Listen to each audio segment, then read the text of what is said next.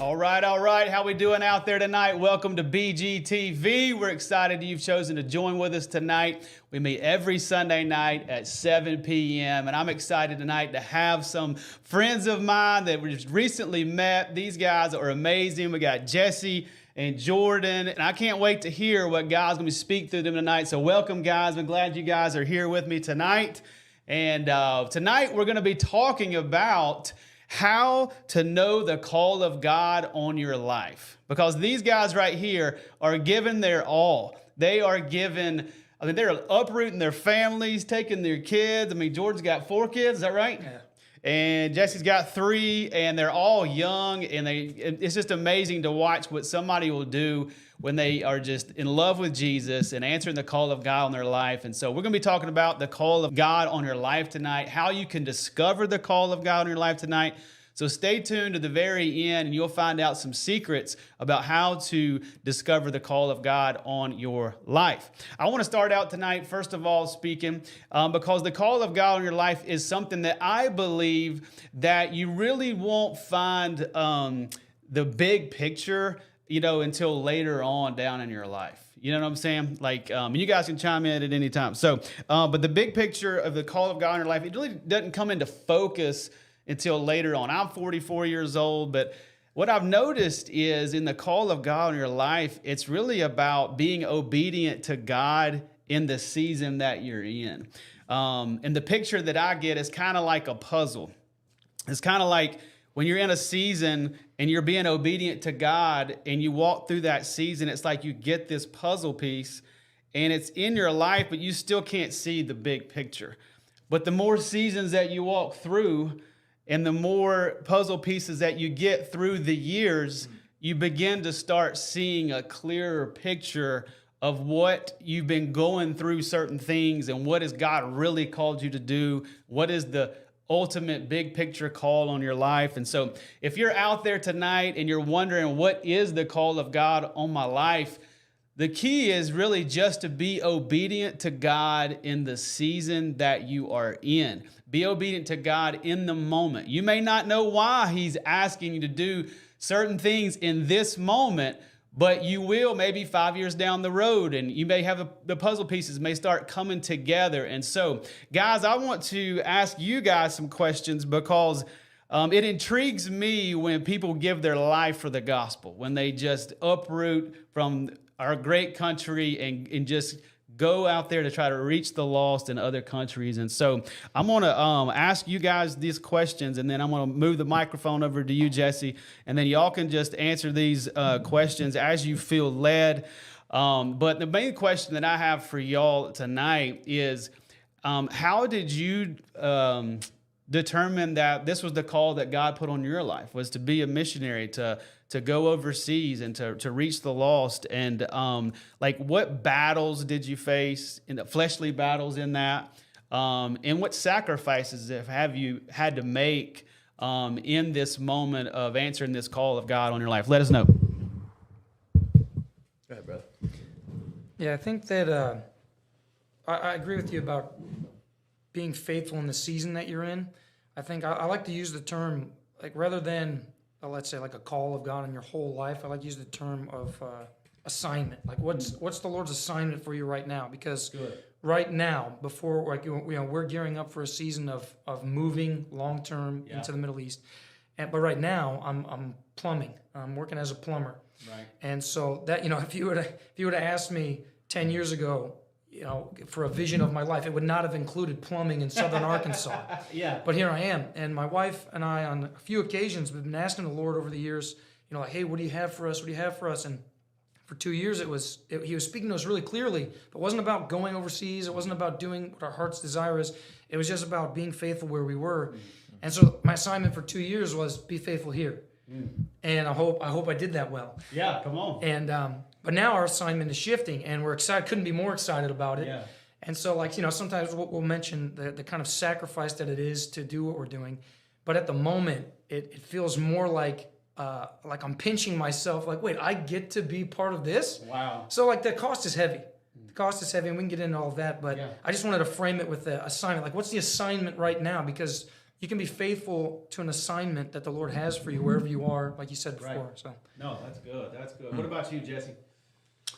Yeah, I think similarly. I think ultimately the biggest inspiration to answer the call of God in your life is a byproduct of the intimacy you've chosen to embrace with the Lord in terms of a consistent gazing upon the beauty of and reading the Word and staying connected to the vine, so to speak. And I think from there, if someone is doing that, if one is continually, and this is my challenge, like how my litmus test is how motivated am I to answer the call of the Lord is based off my tenderness towards the Lord. And if I wake up and I'm not compelled that day to live above myself and to be obedient to the Lord and to, in those moments that's hard.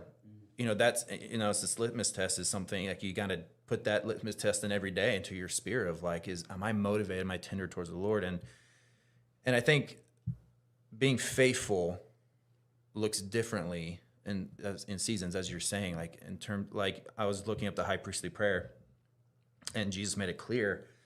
Starting in verse 6, he says, I manifested your name to the people whom you gave me out of the world. Yes, they were, and you gave them to me, and they have kept your word. Now they know that everything that you have given me is from you, for I have given them the words that you gave me, and they have reached them, and they have received them, and have come to know in truth that I've come from you, and they have believed that you sent me. I'm praying for them. I'm not praying for the world, but for those whom you have given me, for they are yours. And I think each one of us, we have a harvest field that we're called to labor in. And I think that's just a call of discipleship that the Lord gives, is that as soon as we claim the lordship of Jesus, so to speak, we all born with this hole in our hearts of the craving of the Lord and the beauty of the Lord and walking in the Garden of Eden with the Lord. And each one of us that claim the lordship of Jesus, we have this, and we're all called to bear witness to it in our harvest fields. But those harvest fields shift. For us, it's an international harvest field. Sure. For people like Jonathan Irby, for you guys, it's local or it's digital, it's media, and for us, it's not just international. Sure.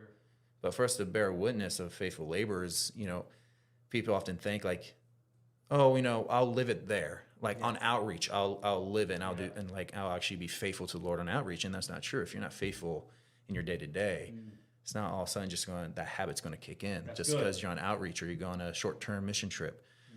But I think it really is in the season, Lord, just as who are the ones you've given me? Who are the ones that you give me? My family, my coworkers, and be motivated by intimacy of the Lord to be praying for them, to bear witness of the beauty of the Lord, how He's transformed your life. But I think that's the starter.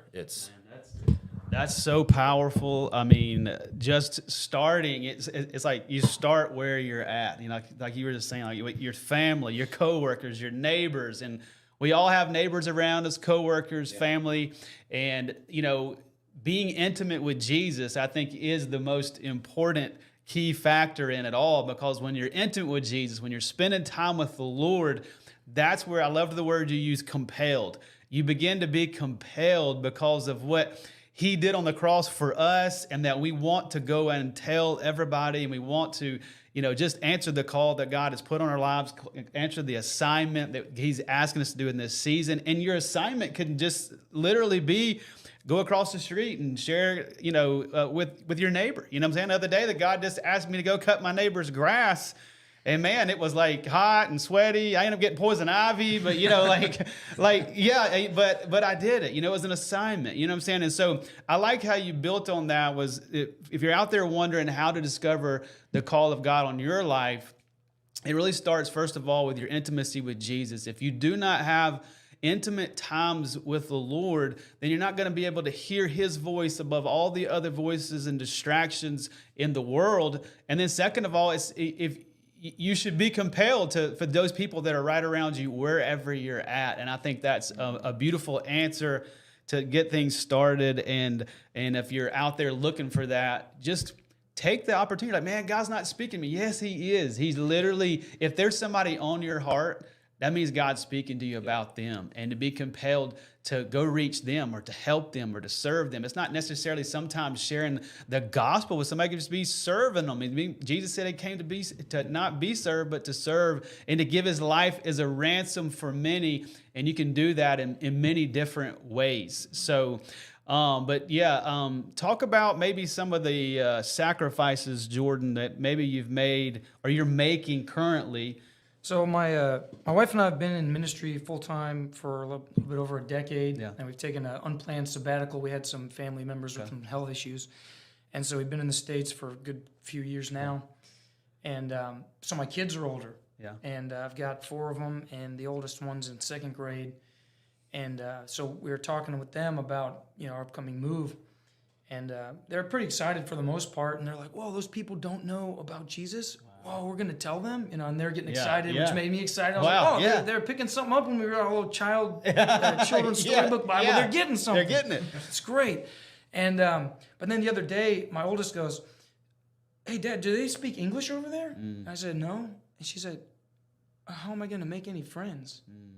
I was like, Wow. there's the cost. Wow. So, Wow. up until that phrase, I mean, I can feel the weight of, moving a family of 6 to a foreign place. Right. It's a cost, but we're glad to pay it, because you look at Jesus and he's like, he looks at the sheep that are helpless and harassed, like sheep without a shepherd, and he has compassion on them. And his response of compassion on these people is sending people who know him to go tell them about him. Wow. That's what he does. That's so good. And it's like, we're co-laborers in this thing. It's his harvest and we're co-laborers. He wants us there. Yeah. And so all that's exciting. And then I hear my daughter say that, like, she's going to have to learn another language to make a friend.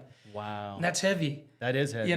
So there's a big cost. And, we're going to go without our, family and close friends and the amenities that we're used to in America.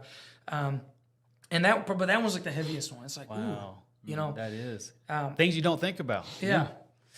Man, that's powerful. That's a huge sacrifice to share the gospel with people that you don't even know. You don't even speak their language. And I just want to say, man, you guys are just heroes to the kingdom of God, man, just giving your lives up. And as y'all get ready and prepared, we just want this to be an encouragement to y'all that this is why we want to hear and help hold the rope, help you guys get to where you're going and to reach as many people as possible and encourage y'all along the way, because I know it's going to be some times where you're going to be up and down and, emotionally and all the different stuff. And so, but yeah, I just wanted some of the people out there to hear some of the things that you're having to go through, because it also inspires us as no matter where like you said a minute ago, your harvest field changes through the times. And like somebody's harvest field could be their neighbor, it could be their coworkers, could be people at their church, the neighborhood, whatever it may be. The family is just hearing somebody's giving up something like that. It is, man, well,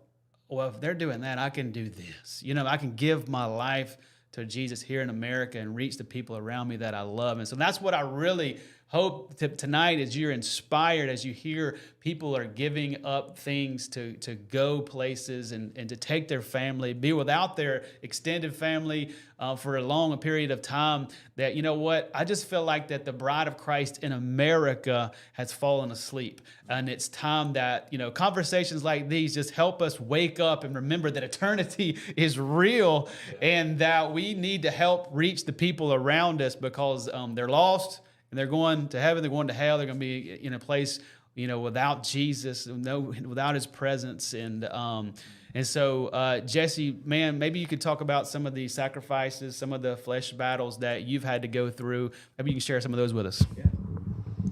Yeah, it's definitely real. I will say, like, right off the bat, there's no cost too costly. I think it was David Livingston that when he was approached with sacrifice and the question of sacrifice that he was making as a missionary in Africa, he goes, "Sacrifice, speak not of sacrifice, that this is privilege." So good. And that's not to bounce the question back. Rather, there's costs, but look at the cost in terms of let's make it into a tangible earthly example of financial investment into something that is guaranteed to be back 100-fold. That's good. versus, you make $1 million in debt versus you make $1 million and you put in something that, there's no opportunity like that on earth that's that realistic. But in a sense, it's exchanging for something that's better. And at that point, if we start gaining that perspective, that's when we start to understand. And Jordan and I, we try to live this out every day with our kids and teach our kids this. It's good. That one day we're going to come before the Lord and we're not going to say that costed too much. But when Eden, my daughter, when my kids, Hudson, when he comes before the Lord, he's going to say, this was worth every single bit. In fact, I could have given more. Wow, come on. And that's good. What a great and so the costs are there, and especially in the regions of the place we choose to work. But I think, like you said, that there is this call in the church to bear this kind of cost on the Lord, to bear their crosses, because there's people out there that have not heard. And they don't know that there's something that's worth that cost, and they go through life just stumbling around in their own filth, in their own wickedness, in their own depravity. And so, definitely for us, we have to fundraise. Yeah. We don't get to necessarily provide, so to speak, in terms of material things, because most of the time we our fundraising, we have to fundraise for moving and all the plane tickets and stuff like that, and which is a privilege at the same time because it gets people involved. That's good. To hold the rope, like being able to beckon our brothers and sisters, our churches, our sending churches, and say, guys, this is your opportunity to sow. You're not called to go, but you're called to send. Yeah. And we kind of have to flip that switch in our minds, because I think it's so easy for gospel workers to have this poverty mindset when it comes to fundraising. Like, this is an uncomfortable conversation, but do you mind loaning us $100 a month?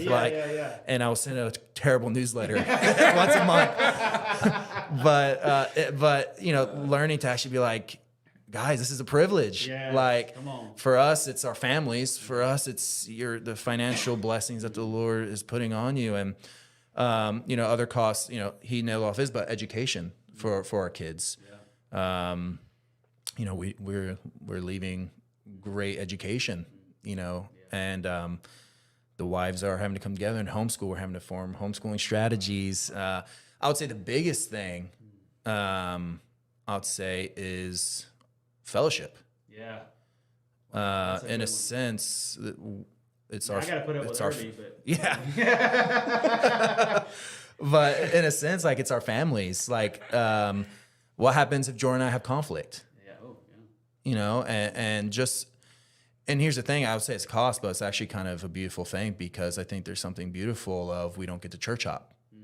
As soon as Jordan and I have conflict, work it out. The two lead pastors of our little house church, we have conflict. We don't get the privilege of church splitting, and it's like, all right, man, you go that way, pulling the whole, it Paul and Mark? Yeah.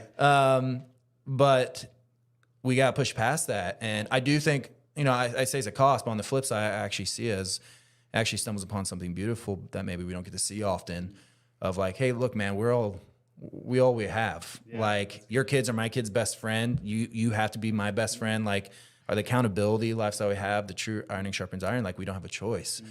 But we do miss out on the fellowship life that is privileged here in the West, of rock and worship leaders, Jeremy Riddles, the Stephanie Gretzingers, right. It'll be me and Lauren. Yeah. And if they pick up a guitar, learn, like, he could rap, harmonica. But I know he can rap, but can you sing? No. Right. He's gonna, acapella. Yeah. But man, that's great. That's great, man. That really hit me in the heart, to just know I've got so many great friends here in the States, and just the fellowship, you take that for granted. Like, I just something that I didn't even think about that you guys are going to be going through, that the fellowship of is with your families, with each other, with each other's families, and the few other people that you'll be teaming up with. But man, that's something that is a sacrifice. It is a cost, but like I said, there's no cost that's too high to reach the lost. I mean, we're talking about eternity here, people, and this is what I'm hoping that this podcast, this episode will help us wake up to see that the people that we love all around us, if you have just got to the place where you don't have the boldness or the courage, you got to understand, put eternity in your mindset and begin to think about eternity. These people are going to be separated from God for all of eternity, and God puts people in people's lives to go and give them the gospel, to just share and to love on them. And so there's somebody in your life. It could be somebody at your work. If they're on your heart, man, talk to them. Just open up the Bible, help them through life, do something. But it's time for America to wake up and begin to share the gospel again. It's not going to get out unless the Bible says, it's not going to be heard unless people are sent, unless people open their mouth and they preach. And so this is what I'm hoping that this podcast, this episode will help people, is just to get bold, to get courage, to be willing to give up the sacrifices, to be a living sacrifice for God in this hour, in this moment, because I believe that Jesus is getting ready to come back. I believe we're in the final hours, and I believe that the bride of Christ is about to be awakened in this moment. And it's going to take people like you guys that are just continually doing what God's called you to do. And that it's going to continue to help people wake up to what God's calling you to do. So I want to ask you tonight, as you're out there, what has God called you to do in this moment? What is your assignment? Every one of us have an assignment in this moment. Ephesians 2:10 says that God has prepared for in advance works for us to do, but it never says that we will do them. It's up to you if you're going to go out there and if you're going to do what God has prepared in advance for you to do. So I'm calling to you today. I'm looking into the camera tonight saying, spend some time with the Lord. Be intimate with Him. One of the things I feel like we get distracted by in Christianity is we get confused is we think that daily moments and intimate moments are the same thing. Let me talk about that for a second. Me and my wife, Haley, been married for 12 years. And in the normal daily life of me and Haley right now is just, in the morning time, we'll wake up, give each other a hug, a kiss, go eat some breakfast, sit and talk about all of Haley's crazy dreams she has every night. I mean, my wife has a crazy dream every night, you know what I'm saying? So every day at breakfast, we're sitting there talking about it. Then I'll get ready for work. She'll get ready for work. We'll give each other a hug and kiss, go our separate ways for work. During the day, you know what? She may see something funny, on TikTok or whatever, and she may send me a funny video. Or, I may see a verse and I may send it to her, and she'll call me at lunch, or, I'll call her when I get off of work. We think about each other through the day. And when I get home, we hug, we kiss, we tell each other how, talk about our day. We decide if we want to eat here, eat my Tombstone pizza that I cook, or do we want to go out and eat? You know what I'm saying? And then when we get back, we'll sit home and we'll sit on the couch and watch some TV. She makes me watch the Atlanta Braves every night. I can't believe this. She's fighting me every night not to watch sports. But then, at the end of the night, we'll get in the bed, kiss each other at night, and turn the light off on that day. Now, everything that I just said, those are daily moments. Those are daily moments. Those are not intimate moments. And for all of you that are married out there, for a couple of times a month, you go behind closed doors and you have an intimate moment. No marriage can live off of just daily moments. But no marriage can live off of just intimate moments. But the cool thing is no marriage is intimate with each other every single day. But there is one key thing. Every healthy marriage does have moments during the month where they go behind closed doors and they're intimate with each other. Here's what I believe is going on in America right now, or in the world, the bride of Christ, where we're asleep, is that the bride of Christ is living off of daily moments. And we're not going behind closed doors to have intimate moments with Jesus. It doesn't mean you got to be intimate with Jesus every single day and it becomes an obligation and you feel like you're way behind when you miss a day. No, if Haley goes to spend the night with her parents, I don't feel like when she comes home that I missed the day. I'm just excited to see her. You're not behind. It's so we've got to get to the place where we understand that these daily moments that we have with Jesus, like if it's just reading the verse of the day or worshiping God on the way to work or thinking about him at work or reading the Bible when you have a break at work, these are all good daily moments. But if you want to have a healthy marriage with Jesus, if you want to have a time where you begin to hear his voice and hear the call that he has on your life, what he's called you to do, you're going to have some intimate moments with Jesus. And that's just simply going behind closed doors, shutting the world out, putting all distractions out and saying, Jesus, I don't know what to do when I'm in here, but I'm just in here to be intimate with you.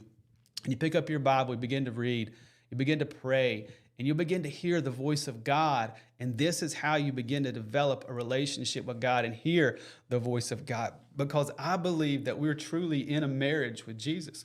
That is what people just forget, is that they forget that they've made it. When we get saved, we don't just say, hey, I'm saved, I'm going to heaven. No, we enter into a marriage. We enter into a marriage. We make a vow to Jesus to be his bride. We're the bride of Christ. And when we remember that and we work hard to, not hard, but we spend time with God because we want to, because we're in a marriage with him, and begin to strengthen it. And Haley walked down the aisle to me to be married. She didn't just say a prayer. She made a vow. And I feel like when we walk down the aisle to Jesus, or we ask Jesus to come into our heart, out on the harvest field or whatever, it's not that you're just saying a prayer. You're making a vow to be the bride of Christ from this moment, to leave all other distractions, all other lovers of the world aside, and going after Jesus, all your heart, soul, mind, and strength. And I feel like this is the moment where the bride has got to wake up and begin to be intimate with Jesus again. And Jesse, earlier, when you were talking, you were talking about how for a while one of your assignments was to be on the home front for a while, and you felt that you were called to be a midwife for the church, for the bride of Christ. Can you explain that? Because what you were saying earlier was just so in line with what this podcast is all about. It's helping the bride get back to the feet of Jesus, and helping God begin to helping people fall in love with him and find their first love all over again. Talk to about that. Yeah. Well, started off with, yes, that word of being a midwife to the church. And in context, my wife, who's a nurse, she at the time was studying, to be a midwife. And she was kind of, she was also pregnant. So I think she was pregnant with Hudson. And so, there's TMI, not really, but where she's talking about, she's studying and she's very interested in this stuff, being a nurse. She's talking about birth pangs and just, going into labor and what's the scientific reason? Like, is it just that it's just a sucky part of pregnancy is the pain and so on and so forth. And, Matthew 24, Jesus is, teaching on his coming as the disciples approach him with the questions. And at the end of 23, and Matthew 24 is just his discourse of the signs of the times and his coming. And one of the main ones is that there'll be birth pangs and leading up, and they'll grow in frequency, they'll grow in intensity, and they'll grow in duration, much like we see when a pregnant woman goes into active labor.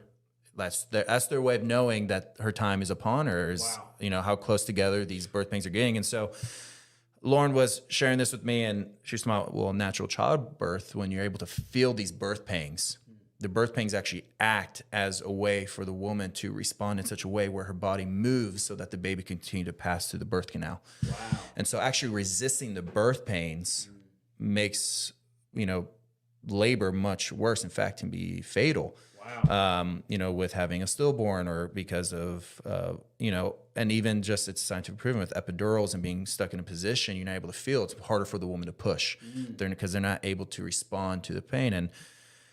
And so, just correlating and connecting these two is that the Lord is so desirous to use his coming, but the seasons prior to the coming of the Lord of intensity. But, COVID-19, so much conversation is happening in the global church regarding what the Lord is doing, and the pressures and the new ways in which people start having to start thinking about church and who is the church, what is the church, when they couldn't go. Many people couldn't go to a physical church. Was happening, and people, as soon as people started saying, "I can't wait for the things to go back to normal," they missed the point. Wow. We missed the point that as soon as we say we want to go back to the way things were, can't wait to go back to the way things were, you're missing the point of birth pangs. Wow. Birth pangs were meant to completely change what was happening, to realign you and reposition you So good. for a healthy birth. Woo. And this is all. This is chills. and so this led into the 2.5-year season in which we've been directed to the home front, because I believe that looks like something, and I believe that being inspired, which is the whole context of the Great Commission. We were talking about this. The whole context of the Great Commission and those being sent was out of the emotional response of the taking away of the Lord. And we read in Matthew 9, John the Baptist's disciples come up to Jesus and his disciples and say, we fast, the Pharisees fast. Why do your disciples not fast?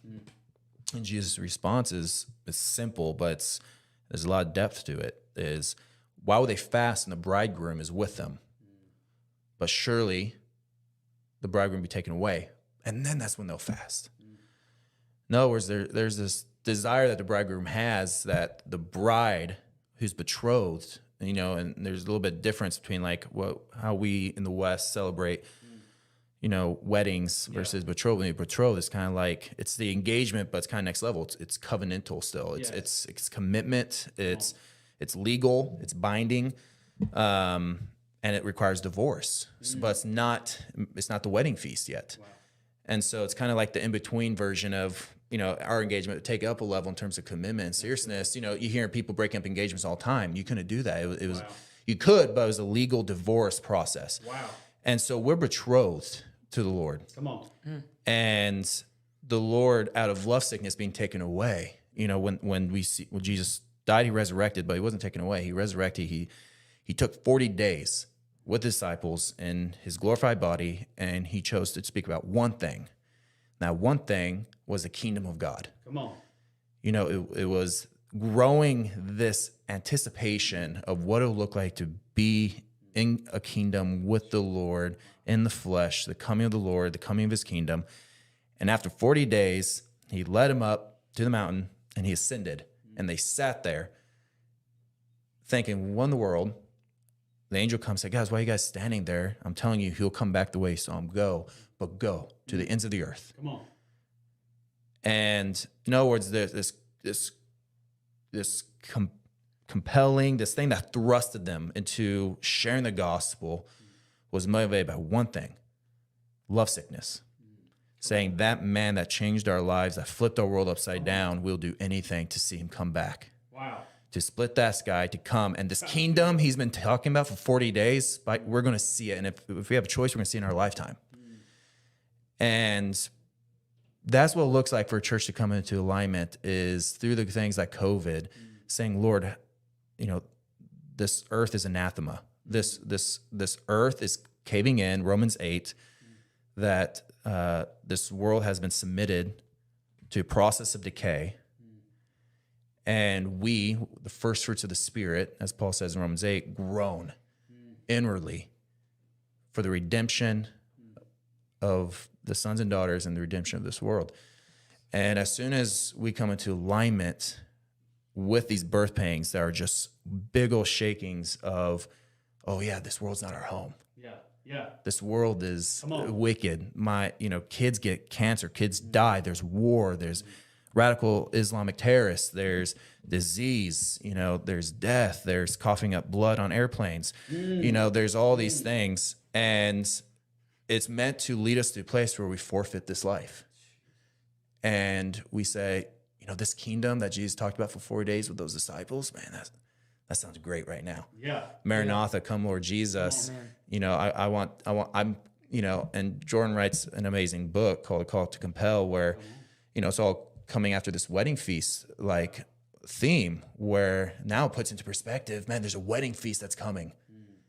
And we're invited, but man, let's go tell our neighbor that they're invited too. But you know what? They better put on the right garments. Wow. Come on. They better put on the right garments, because this bridegroom, man, he's fire in his eyes. He has a sword on his side. He's coming down a red horse or white horse, and he's going to declare war on the enemies of Israel. And it's a holy king, but he's loving and he's desirous. And so I think, I mean, there's a lot to that, and that's a fire hydrant. But this was my heart towards the church, and me specifically being American, the Western church, of the lack of engagement with the Great Commission, I believe, is a direct response and reflects the level of love sickness we have. And 51%, Barna did a survey in 2018, 51% of churchgoers in the West have never heard what the Great Commission was. Wow.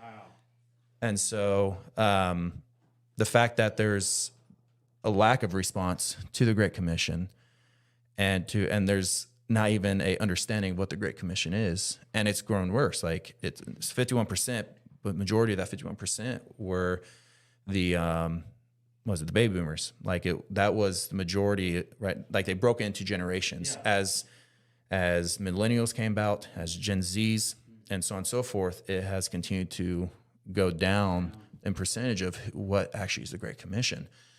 And so that's my hope, that's my prayer, and is that the church is caught up in this love story of the Lord, is caught up in love with the Lord, to find him worthy and find his kingdom worth it, to forfeit their life so as to bring about the next age, which is the blessed hope, as Paul lays out. So yeah. Wow.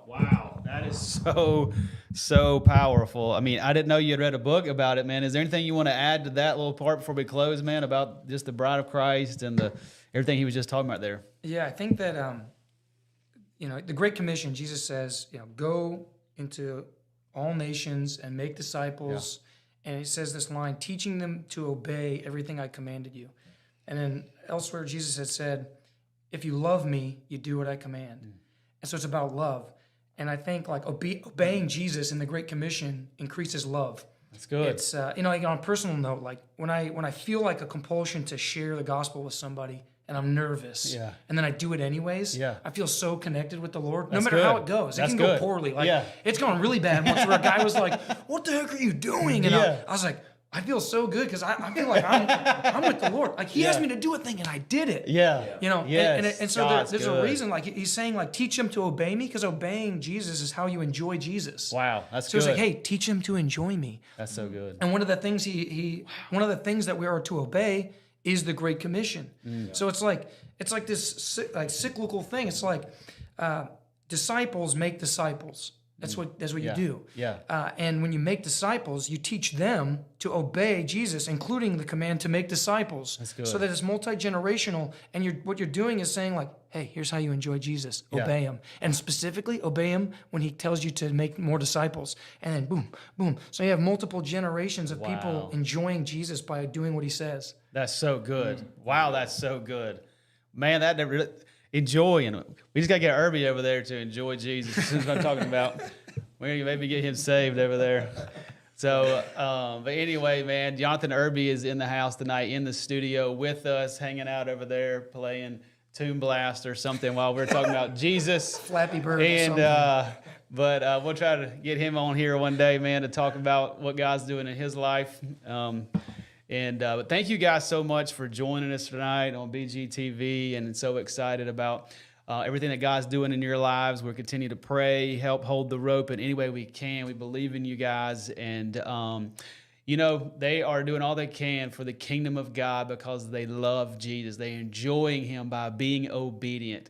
Are you enjoying Jesus by being obedient to what he's asked you to do? It simply could be go talk to your neighbor, talk to a coworker, talk to your family, pray, whatever it may be. There's an assignment for you today or in this season right now, and it's up to us to spend some intimate time with Jesus and find out what he's asking each one of us to do so we can enjoy Jesus. What an awesome, awesome episode. Hope you enjoyed it. And we'll be right back here next Sunday at 7 p.m. I hope you have a great week, and we'll see you here next week, Sunday night, 7 p.m.